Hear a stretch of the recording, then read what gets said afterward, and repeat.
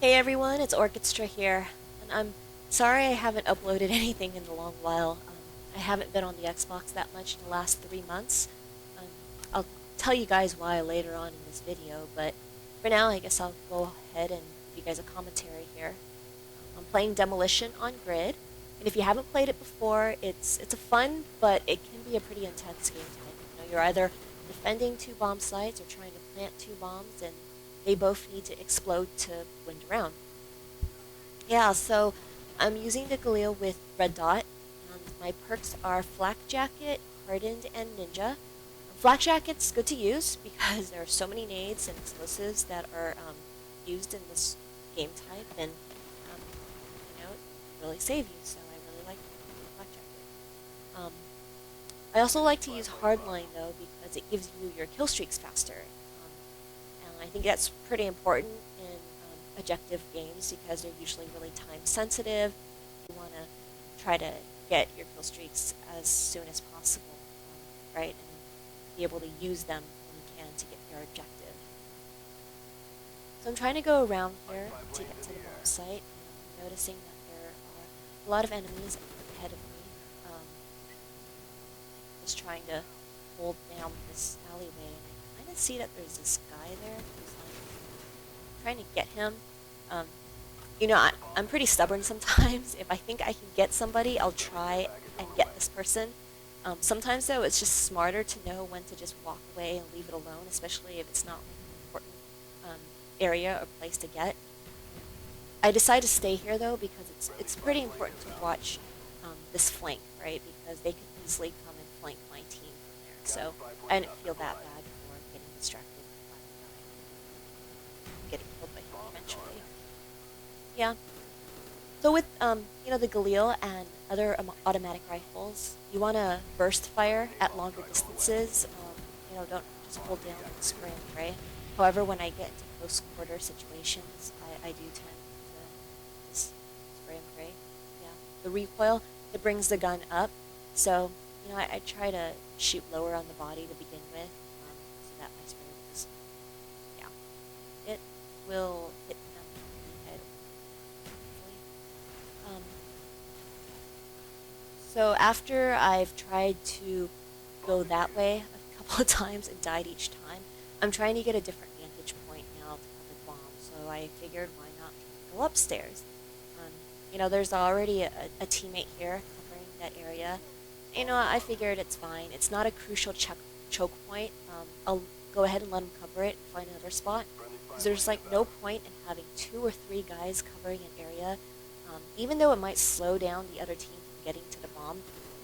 If you cannot easily get to the bomb yourself in time to defuse or defend it if necessary, it's not really that useful. Just go somewhere else.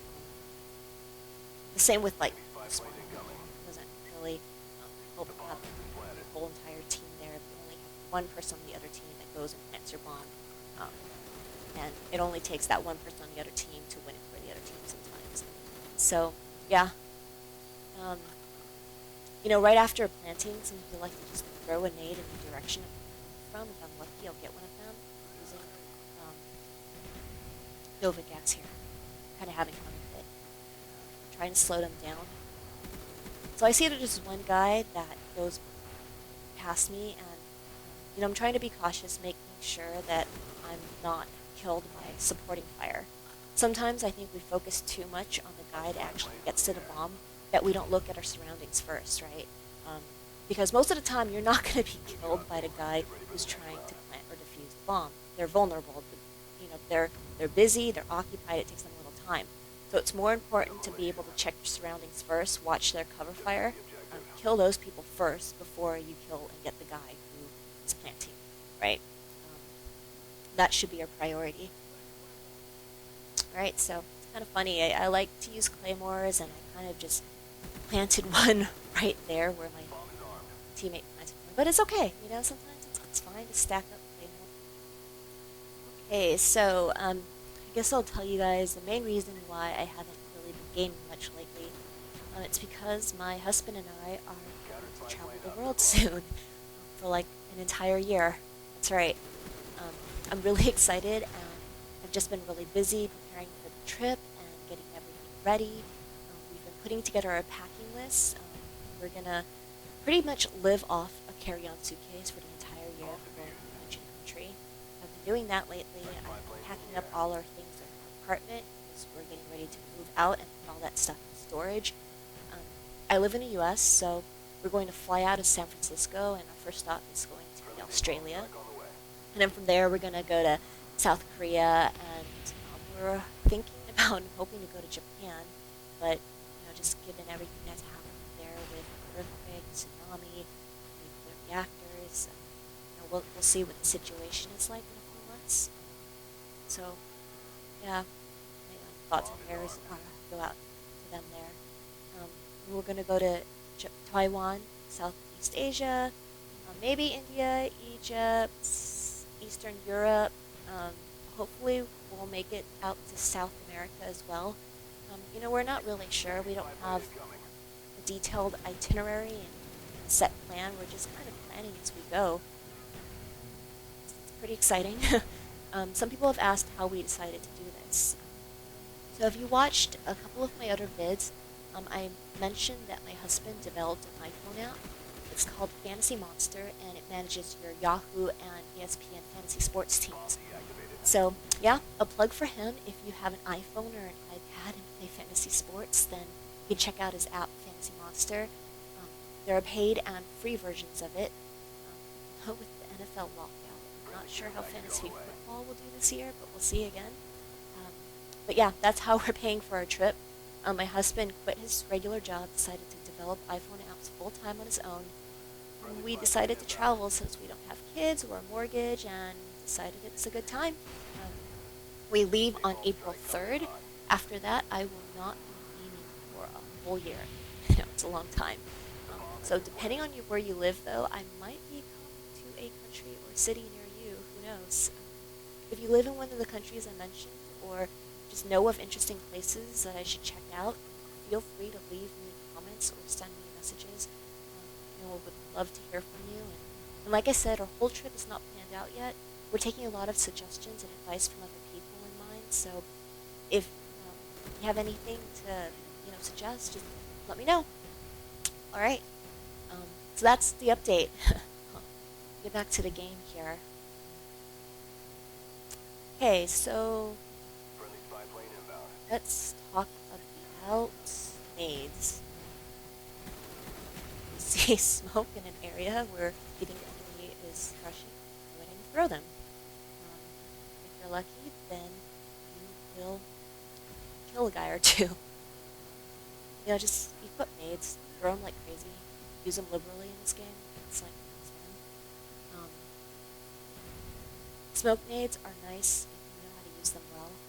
Try to clear out the area as much as possible. Toss a smoke nade, try to plant fuse while your teammates are carefully providing cover fire. I'm actually using Nova Gas, which I like too. It slows down the enemy, so it buys you time. Just throw one in an alley or doorway to keep them from dancing.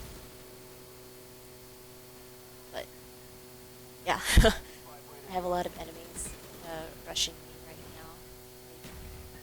I'm getting pretty lucky, actually, getting a bunch of them, considering that there's so many of them right there. I think Flak Jacket actually saves me a couple of times here. But I've just gotten in a really good position to just stop him. He was really lucky Flak Jacket saved me. So, I guess I'll talk about kill streaks now, since I've gotten a few of them and I'm calling them in. I'm using napalm, mortar, and attack heli. And unfortunately, the first two don't help that much when the objective is indoors. So in this case, maybe an RCXD or sentry gun might be more useful inside a building. But the timing of when you use your kill streaks can be pretty important. Instead of just using them right away, because I know sometimes some of us are really excited and we just want to use them, but if you save them for when you actually need to defend or plant a bomb, then they can be really effective. Yeah, that was stupid. I just cast myself. I don't have the best aim sometimes, so just pretend you can see that, okay? Anyways, what was I? Oh yeah, so kill streaks, they carry on over to the next round in Demolition, so it can get really devastating when the other team has them saved up and then spawn kills your entire team from getting the next round. It's kind of satisfying when you do it, but it's pretty demoralizing when it happens to you. And also, if you communicate with your teammates, you can save up your kill streaks, right? You can call out who has what and who's going to use theirs when, so that you guys don't all use them at the same time and waste them. Sometimes it's better to stack them up. It's more effective that way. You know, especially in Black Ops, kill streaks stack up. So, and since they don't stack up in Black Ops, I probably would not equip any 11, 9/11 streaks unless you're pretty confident and consistently put them up to help your team out. If you're a really good Slayer, then go ahead. But um, if not, then you're not going to help your team that much by just staying back and trying to worry so much about whether you get kills or not. Oh, anti-air here. I know you guys have probably heard it, but it's always good to have an anti-air class in case nobody else in your team does. It sucks getting trapped by air support. So, anyways, yeah. If you're not that great of a Slayer, then it's better for your team that you just put up UAVs instead. And this game, it can be pretty frustrating if no one on your team is playing the objective. But if your team just wants to just get kills, then that's fine. Just have an understanding, or just gotta understand how your team's playing it, right? Yeah, it can also get really boring if the other team just doesn't care and doesn't go for the bomb at all. But this game was actually pretty good. They tried hard, and so yeah. Anyways, I know a year is a long time. I'm going to miss friends and family while I'm traveling. I also have a dog that I'm leaving behind. I really miss my dog. But my friends and I have joked about us bringing along our Xboxes on the road, but it's a little impractical. So I will miss gaming. I'll miss the community aspect of it. But I'm also super excited to go see the world.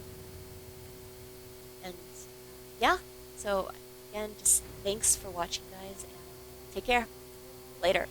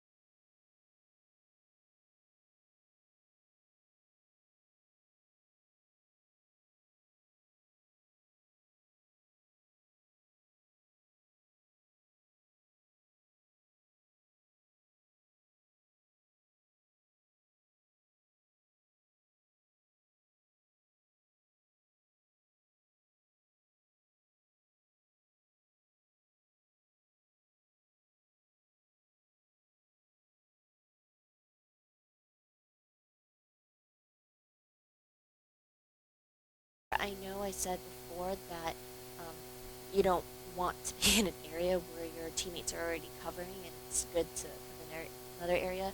But I'm going back into his room because it is a crucial point. The bombs are right there. So in this case, you know, sometimes it's okay to have, you know, a few of your teammates that close together. And I have flak jacket on, so I am better protected, I guess.